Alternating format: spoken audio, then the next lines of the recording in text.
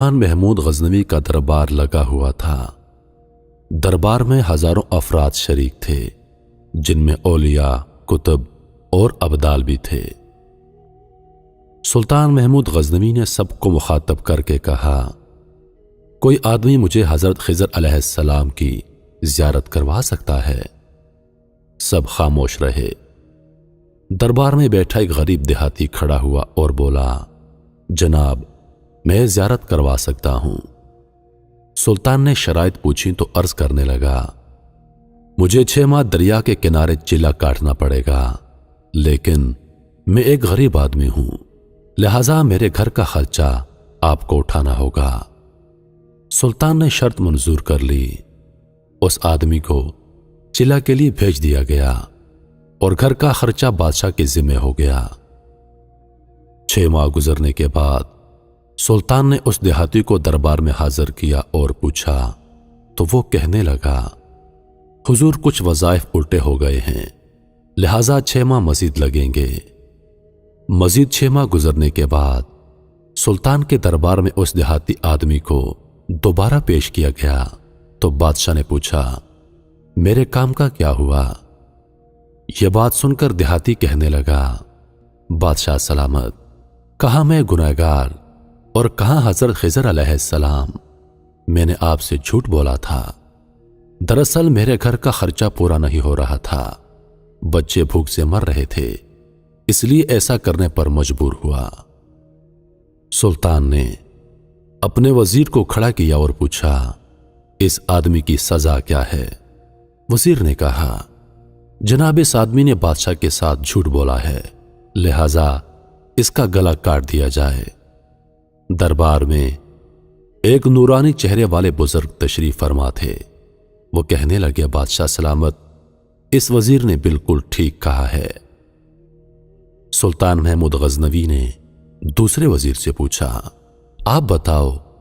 اس نے کہا، جناب والا، اس آدمی نے بادشاہ کے ساتھ دھوکہ کیا ہے، اس کا گلا کاٹ دیا جائے، بلکہ اسے کتوں کے آگے ڈالا جائے تاکہ یہ بلک بلک کر ذلیل ہو کر مرے اور اسے مرنے میں کچھ وقت تو لگے۔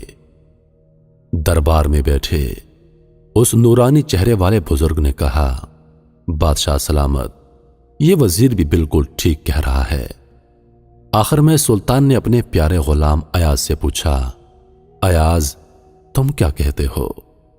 ایاز نے کہا، حضور، آپ کی بادشاہی سے 1 سال ایک غریب کے بچے پلتے رہے، آپ کے خزانے میں کوئی کمی نہیں آئی اور نہ ہی اس کے جھوٹ سے آپ کی شان میں کوئی فرق پڑا ہے۔ اگر میری بات مانیں تو اس کو معاف کر دیں، کیونکہ اگر اس کو قتل کر دیا تو اس کے بچے بھوک سے مر جائیں گے۔ ایاز کی بات سن کر محفل میں بیٹھے وہی نورانی چہرے والے بزرگ کہنے لگے، ایاز بالکل ٹھیک کہہ رہا ہے۔ سلطان نے اس بزرگ کو بلایا اور پوچھا، آپ نے ہر وزیر کے فیصلے کو درست کہا، اس کی وجہ مجھے سمجھائیے۔ وہ بزرگ کہنے لگا، بادشاہ سلامت، پہلے نمبر پر جس وزیر نے کہا کہ اس کا گلا کاٹا جائے وہ وزیر ذات کا کسائی ہے، اور کسائی کا کام ہی ہے گلے کاٹنا۔ اس نے اپنا خاندانی رنگ دکھایا، غلطی اس کی نہیں، غلطی آپ کی ہے کہ آپ نے ایک کسائی کو وزیر بنا لیا۔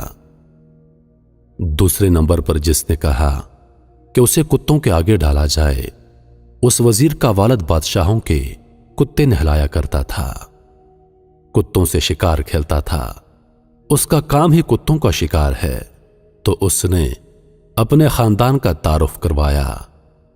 آپ کی غلطی ہے ایسے شخص کو وزارت دی۔ جہاں ایسے لوگ وزیر ہوں گے وہاں لوگوں کو کتوں کے آگے ہی ڈالا جائے گا۔ اور آخر میں جو فیصلہ ایاز نے کیا تو سلطان سنو، ایاز ایک سید زادہ ہے۔ سید کی شان ہے کہ وہ اپنا سارا خاندان کربلا میں ذبح کرا دیتا ہے، مگر بدلہ لینے کا کبھی سوچتا نہیں۔ سلطان اپنی کرسی سے کھڑا ہوا اور ایاز کو مخاطب کرتے ہوئے بولا، ایاز، تم نے آج تک مجھے نہیں بتایا کہ تم سید ہو۔ ایاز بولا، اے شہنشاہ، آج تک کسی کو اس بات کا علم نہ تھا کہ میں ایک سید ہوں، لیکن اس بزرگ ہستی نے میرا راز کھول دیا۔ چنانچہ آج میں بھی ایک راز کھول دیتا ہوں۔ اے شہنشاہ، یہ بزرگ کوئی عام ہستی نہیں، یہ حضرت خضر علیہ السلام ہیں۔ نہیں مانتا میں کاغذ پہ لکھا شجرہ نسب، نہیں مانتا میں کاغذ پہ لکھا شجرہ نسب، بات کرنے سے قبیلے کا پتہ چلتا ہے۔ کہتے ہیں کہ ہمیشہ گھوڑا اور دوست اعلی نسل کا پالیے، کیونکہ بری نسل کا گھوڑا اور بری نسل کا دوست پالیں گے تو وہ آپ کو نقصان ہی دیں گے۔